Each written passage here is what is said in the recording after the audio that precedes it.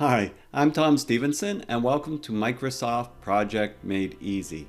I'm a professor of construction management and I've been doing this for years with both professionals and students alike and have learned a lot from both. So what I want to cover today, if you've looked this up, is contemplated change orders, which will be kind of like doing a change order. But the difference is a contemplated change order is something you want to see the impact of it on your schedule. No project goes the way that you planned, so a contemplated change order is something that maybe the client or the consultant has come to you with, and now you want to sort of see how will this impact my project. And that's really what managing a project in Microsoft Project is all about. You want to have a plan, you want to update, you want to revise, you want to recover, but you also want to see what's the impact of changes and contemplated changes. In the case of a contemplated change, that might change the way I price out the change order itself, because I've got to decide, is this going to impact my project and the client still wants to finish on this date? And if they do, we're going to have to work overtime and weekends to be successful. You want to know this stuff, and it's not always self-evident when you're actually in the midst of a project. So it's a really good tool for doing that. So in order to do that, you would have had to have updated your schedule. Now, if you're jumping into this video and you're not exactly sure what does he mean by updating and what does he mean by revising and recovering, I have a series of videos that walk you through from beginning right through to those stages. And I'll put the description in the notes and the links. And if you subscribe and click the little bell, you'll be notified of new updates and new videos as I insert them. That way you can always sort of work through things whenever you need to know something in Microsoft Project. It's not the easiest program in the world to work with unless you're doing it every day. Then it becomes very intuitive. But if you're working with it periodically, then it's very good to have reference videos that you can come back to again and again and again. That's the beauty of YouTube, which we never had years ago. So I'm going to assume that this vertical line here is our status date, and all these activities to the left of the status date are finished. So in this particular project, it's called New Township Administrative Building, and in this particular project, we've done all of this work up to this point. The foundations, everything is in, the building systems, all of that kind of stuff is done. Even the painting is more or less completed, which, as you'll see in a minute, kind of has an impact on this change order. So the change order is going, because it's a contemplated change, they haven't decided yet whether they want to do it. They want to sort of bounce it off and see, well, what's the impact? And you want to see what's the impact, and then you want to cost it out accordingly. So to insert a change into a schedule, there's actually a technical name for it. It's called a fragnet, a fragmented network. Sounds more complicated than it is. It's not that complicated, really. Anytime you've got to change, you got to figure out, well, what are the things I need to do? What are the activities I need to do? What are the durations I need to do? What's the sequence of these activities? Can I do any of them at the same time? Pretty much everything you do into the planning of a baseline schedule. So in this case, I'm going to add this change, and I'm going to add it just above landscaping. And I have in this contemplated change, let's see, I've got 5 activities. So what I would do is I would just click and I would highlight 3, 4, 5 activities, right click my mouse and go insert task. So if you've got something that you want to insert a change into, or you just want to practice this, you can just have a practice sort of schedule, and then in the middle of it say, I want to put this right here, and just try inserting those rows and then filling them out. And that's going to be your fragmented network or your contemplated change order. So I'm going to call it what it is, CCO, and I'll say number 1, maybe this is the first one, and I'm going to say 3 electrical outlets in conference room. Maybe I'll shorten it up and I'll just say conf room. All right, and you get the drift. So there, I got 3 electrical outlets in conference room. Maybe I'll just give this column a little bit more width so it fits in the one row. There you go. And now I'm going to type in what those activities are that I've figured out what it is. If you were doing an IT project, it'd be what are the activities for this change that we're going to have to do. It doesn't matter what it is, you're just trying to figure out the activities. In construction, we have a lot of different ideas and activities for a variety of change orders. So maybe I'm going to put fish wires for rough in. I could have just put rough in wires if you want, but I'm trying to emphasize the painting's already done, so you're probably going to have to open up some sections of drywall and fish wires, which means you're going to damage work that was already done, which means it's rework, which means it costs more. So it's always a good idea to be as descriptive as possible without writing a book. Repair drywall, tape drywall, right, and then paint. All right, so I put in these 5 simple activities, and I'm going to highlight 4 of them. This one is going to be a title. So we're creating a summary task as part of a work breakdown structure for this. I'm going to click on the Task tab to do that. And in earlier videos, I've described this, so if you're not familiar with it, you can check them out. I'm going to click the indent icon here. So I'm under the Task tab. I'm going to click the indent icon, and now it creates this heading. And this heading is in line with my building systems flooring heading. So if I'm okay with that alignment, that's okay. It's under the interior finishes, so I'll leave it under the interior finishes. And each one says it's a day, but maybe before I start, I'm going to just see where are these activities now, because this is showing over here. I'm going to put it somewhere over here. But where are they sitting right now? So to find out, you just click on any activity, click on the scroll to task. As long as you're under the task tab, you'll see that. Very good shortcut. Well, you know what? It's at the beginning of my project, the start date of my project, right? So for sure, I'm not going to want to end up there. So you should always know when you put a new activity and it's not linked to anything, it goes to the start date of the project. So you got to make sure you're linking things and sequencing things and connecting things the way you want it to perform in your project. So I'm going to be somewhere near the end of paint interior. So maybe I'll just click on that one and come back to where I'm at over here. So these 4 activities, you know what? They happen to be sequential. I'm trying to keep it simple for this example, but as I said, you could have multiple things going at once. You would just put them in the way you want to run them. So it's just, if you want concurrently, you'd have them set up so that you'd have them several activities starting at the same time. If you want to have negative lags or lead times, you can do all of those things. So I'm just going to put that I want them linked, and I'm just going to go up to this link shortcut here because I've got them all highlighted, or I could have typed in the numbers over here for the predecessors under the predecessor columns. You'll see that this will change now once I click link, and there they are. All right, so now they're one after the other. Again, if I go scroll to task, I'll see them at the beginning, and they're placed there. Now let's say that our fish wires we know is going to take 2 days, and our repair drywall is going to take 1 day, and tape drywall is going to take 2 days. They're going to maybe use some Durabond 90 and shorten it up for the repairs, and the paint is going to be 2 days. Okay, so I put in my durations overall, and because they're sequential, it adds up to 7 days. And remember, this only ever counts working days. So it's not counting Saturday and Sunday. In this case, it would actually be, if you're counting Saturday and Sunday, it would be 11 calendar days, but it's showing 7 working days. So not counting 2 Saturdays and Sundays. All right, I'll go back to where I was with paint interior. Over here and get that back on our screen and move it along a little bit because we're going to be over in this area with it. Now you can decide, all right, when do we plan to start this? Now, I've talked about this in other videos. I really do not like to put constraints.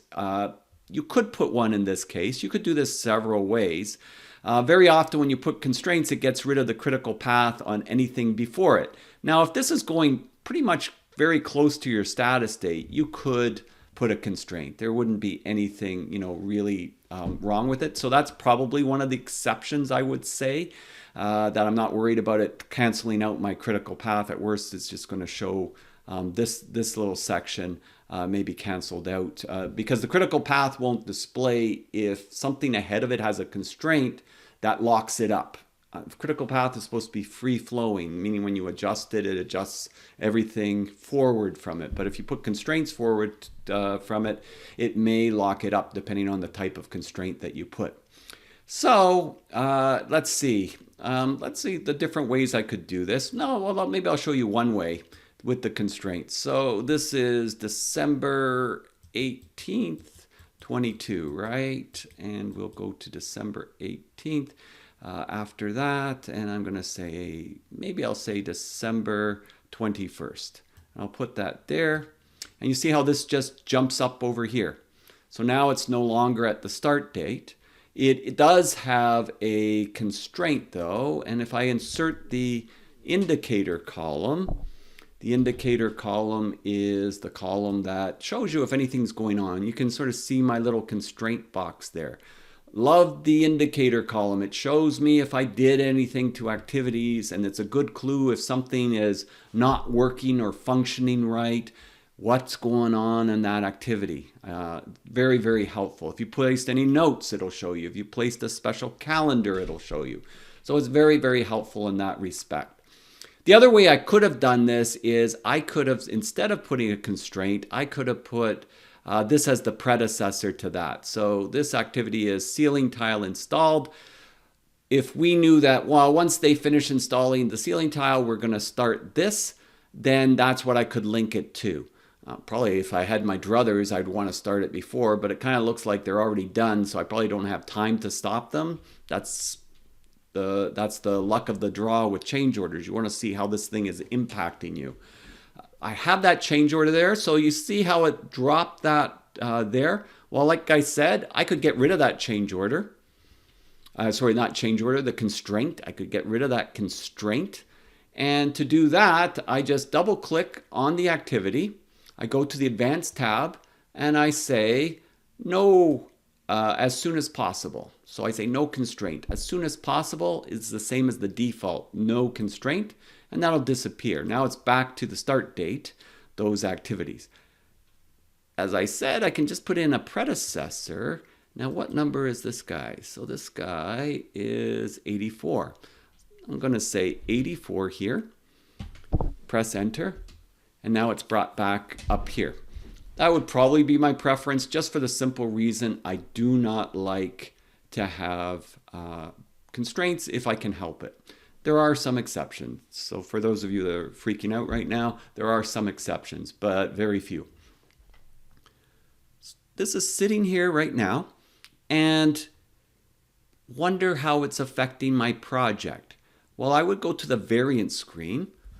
And if you look at the other videos, you switch between screens very easily. You right click, you click the square icon box, right click, go to the variance screen. And I should be able to see if there's any variance on the project. And you see here, it's not showing any variance. Not showing any variance at all the way down. Here is my change. So that means my project's been up to date, up to the status date. It didn't have any variance. I made it simple. Otherwise, if it was probably a real project, you'd have back and forth with variances, and then maybe you recovered it. Then you had variances, and maybe you recovered it, and so on. This one has 0. If you checked it and it had 10 days here, that would be fine. Then you'd know currently you're 10 days behind schedule. And then if this made it worse, then you'd know, well, then adding this to it, say it was 15 days at the end of this, then you'd know, well, it was 10 days, now it's 15 days, so this is adding 5 days to the schedule, as an example. Right now, it's not showing the impact, and I find new users make this mistake very, very frequently. They don't connect the change to what it's going to impact. Unless you connect the change to what it's going to impact, it won't show you the impact. It's an open end, and we've discussed this in previous videos as well. You want to make sure that all your activities are connected to what makes sense on your project. So I'm going to go back and I'm going to make a connection. So I'm going to go to the entry screen again, and I'm going to go down to where we are here, and I'm going to ask myself, what would I want this to connect up to? And it could be, it could be something that is, well, it can't be something that's necessarily behind it at this stage unless it's going to push something else out there. But let's assume that it's not going to affect, these are all done. The outside landscaping got all done prior to. Maybe this is one of the last things because we're going back to do it. So maybe before we start our deficiencies and punch list, because we know we got a bunch of things to do there, maybe we decide we want to link it there. If that is the case, I could probably come up with some ones that made better sense if I was running this project. And if it's your project, you know what it affects. When we got something that's tangible and real in front of us, we're not so much hypothesizing. We're like, wait a minute, I can't do this. If I can't do this unless this is done, then I got to connect it here. And then it pushes it, and then you see the impact it's having. So in this particular case, I'm going to say, well, we're going to add it to here just for the sake of displaying that in this particular example. So I'm going to put what number do you see? 91, right? The last one here that's not connected here. So watch what happens when I do that. So I'm going to connect that here. That should push this out. When that pushes this out, this should become critical. So I'm going to press enter. Do you see how that then became critical? The critical path changed off of this to this. So now that's pushed out the project as a result of this change order. This particular item is the install rubber base. So now it's got some float. It's got some more flexibility. Whereas before that, I connected that, it didn't have flexibility. This was on the critical path. And because this wasn't connected, it wasn't showing me the impact. Now, this change takes 7 days.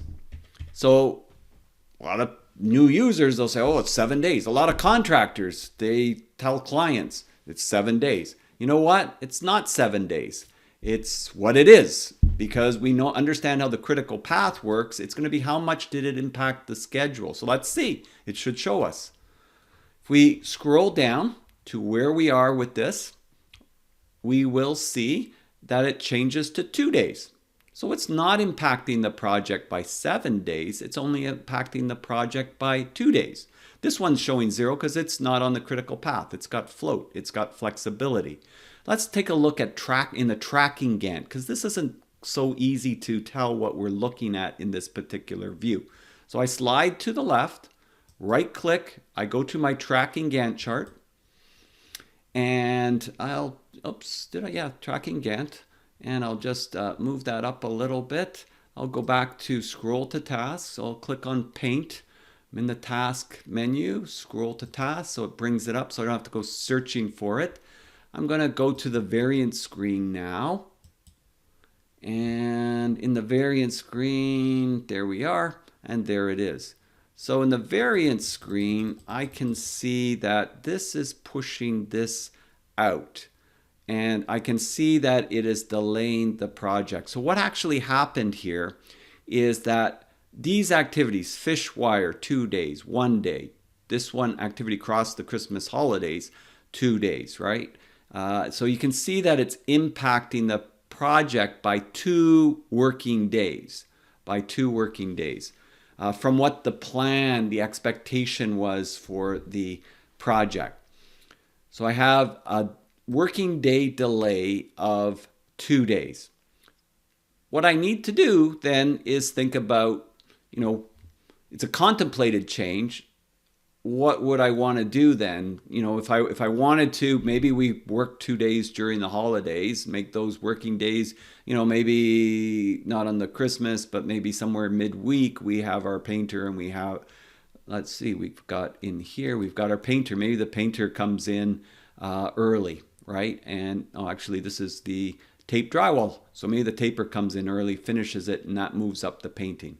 We could look at how we want to schedule our time.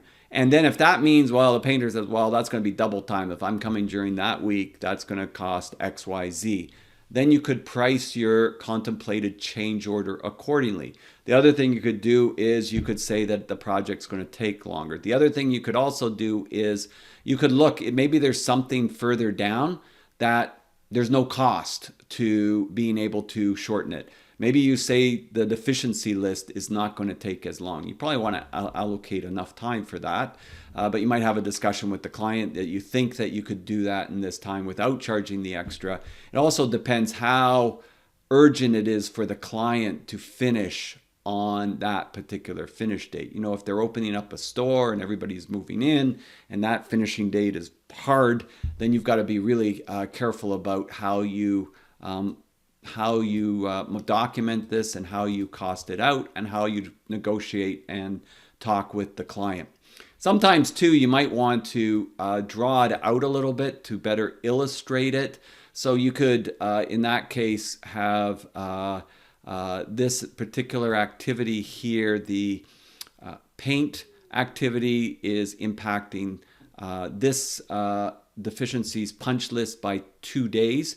Sometimes it's useful to go to the format tool and use the drawing tools and just draw it out for yourself so you can see it better. You can draw a line and you can sort of just draw that line down, and you could say that this, actually, maybe I'll put it at the beginning of it instead of at the end. So I'll just do that again.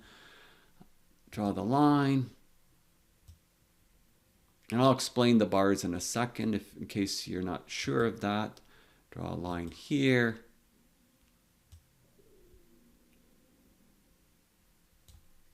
Draw another line, kind of like extension lines and a dimension line. I can usually draw it a little bit cleaner than that, but on the fly here.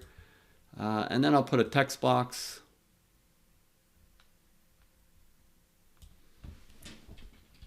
CCO number 1 delays the project by 2 working days.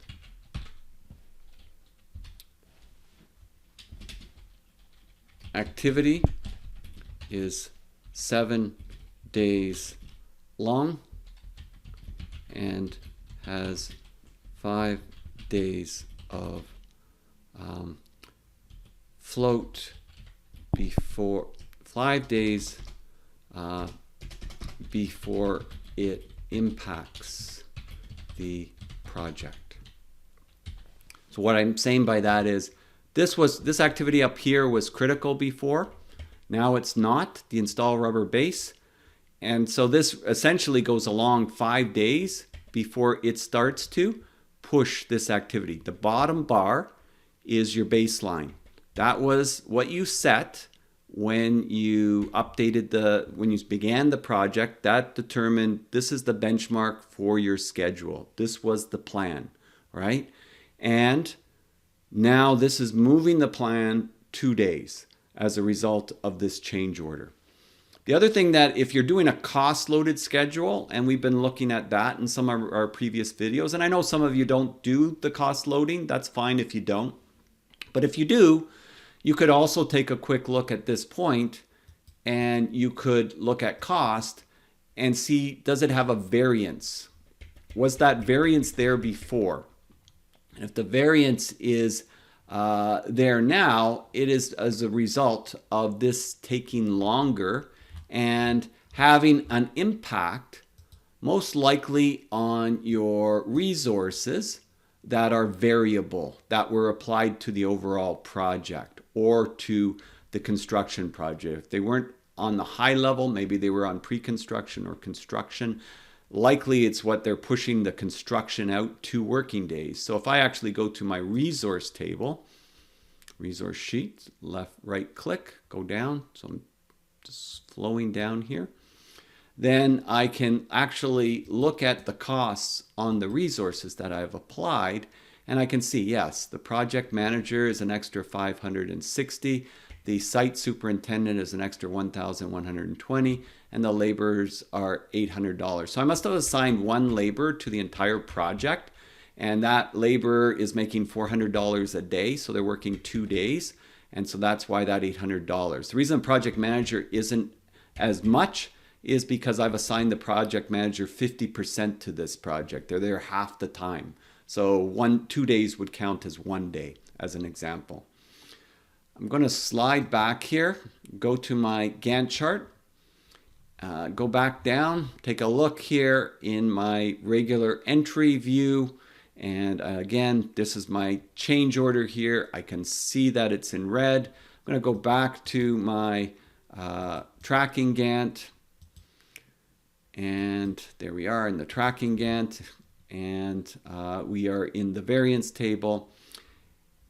And now I've determined what that is. I could also, of course, add costs to my change order. So if I was doing it with costs, I could, with my resources, have added costs to the assigned resources to the various activities. I wasn't assuming this video was necessarily on cost loading it, but if you're into that, go back and look at one of my videos on adding costs, and you'd see that if you created resources, then you could add the costs for the electrician. I'd assign the electrician there and a cost, and I would assign the acoustic subcontractor or the drywall subcontractor a cost, and the painter a cost. And then it would sum up that cost. That cost would add up to the other variance cost, and then I know, that variance, because I'm going to have to be there longer administrating that would be an issue. All of these things add to my costs, and I'd have a better understanding of how this change order impacts my overall project. You have to be careful with change orders and contemplated changes. It's one of those areas where a lot of people don't make the money that they're expecting. They actually lose money. And here you've got 3 outlets we're adding to the project. And, it's probably going to cost a couple of $1,000s for these 3 outlets because you've got an electrician coming in, they're fishing wires, you're doing rework with the drywall, the taping, the painting. And the client thinks it should be costing like $500 or $600. And meanwhile, it's costing $2,000. They think you're making a boatload of money, but you're not. So that's the other thing. You got to be able to explain it and walk through it. And the more ways that you can put this together, the better it'll be for you. The other thing that I usually will do is I would use the snipping tool and take a screenshot so that I could just take this and explain it in maybe a Word document where I've got my costing broken out. Maybe I've got some photos of it to better explain it and walk the client through it very carefully so that they say yes, or at least they understand that we're not taking advantage of them. That's one thing you don't want to have happen on your projects, where the client mistrusts you. If you're being transparent and you're able to show it, it's going to be really good for you. I had one of my clients who worked for facilities, senior project manager, works on $100 million, $200 million projects, was saying they had this contractor, GC, and even on that level of sophistication, said, well, we have 5 change orders, so we want a 5-week extension. And the project manager said, no, we're not giving you a 5-week extension. Contractor said, well, each one's 5 days. So that's a week, and we got 5 change orders. That should delay the project 5 weeks. It's like, how do you know that? Looks to me like 3 of these change orders happen at the same time, right? So it shouldn't be 5 weeks. It should be actually 3 start at the same time. The other 2 start at the same. It should be 2 weeks. And she said she'd be more than happy to allocate 5 weeks if they could justify it and indicate how it's impacting it. But they weren't sophisticated enough to put changes into the schedule to show that. You want to be able to explain things and be transparent. So another good lesson with Microsoft Project and using change orders. I hope this has given you some indication of how you can insert a fragmented network into a schedule and check out, in this case, a contemplated change and its impact on the project. The other thing I will mention is that some contractors I know, they do like to put a heading at the bottom. They might call it change orders. And they will roll this up. So they will roll this up. And then they will pull this down, move it, and they will indent it. And so they'll keep all their change orders at the bottom, or CCOs, change orders, etc. You can put categories. It keeps all the links. It doesn't help with this. This would be only for that particular example, but it keeps all the links back up to your regular activities. So some people, after they passed it to keep the schedule more clean, they might organize their change orders down below. It doesn't mean you can't move it back up to wherever it occurred if you want to later on. You could always move it back up as an example. So sometimes that's another way of organizing the changes that way. So that's what I wanted to cover today as far as change orders. I hope that's helped you that way. If you enjoyed this video, please subscribe. I have a lot of construction management related videos, site management, introduction to construction, Microsoft project videos on my YouTube channel, and they're organized under playlists, so it's easy for you to follow. I'm Tom Stevenson, wishing you a wonderful day, and keep on trucking out there. Bye for now.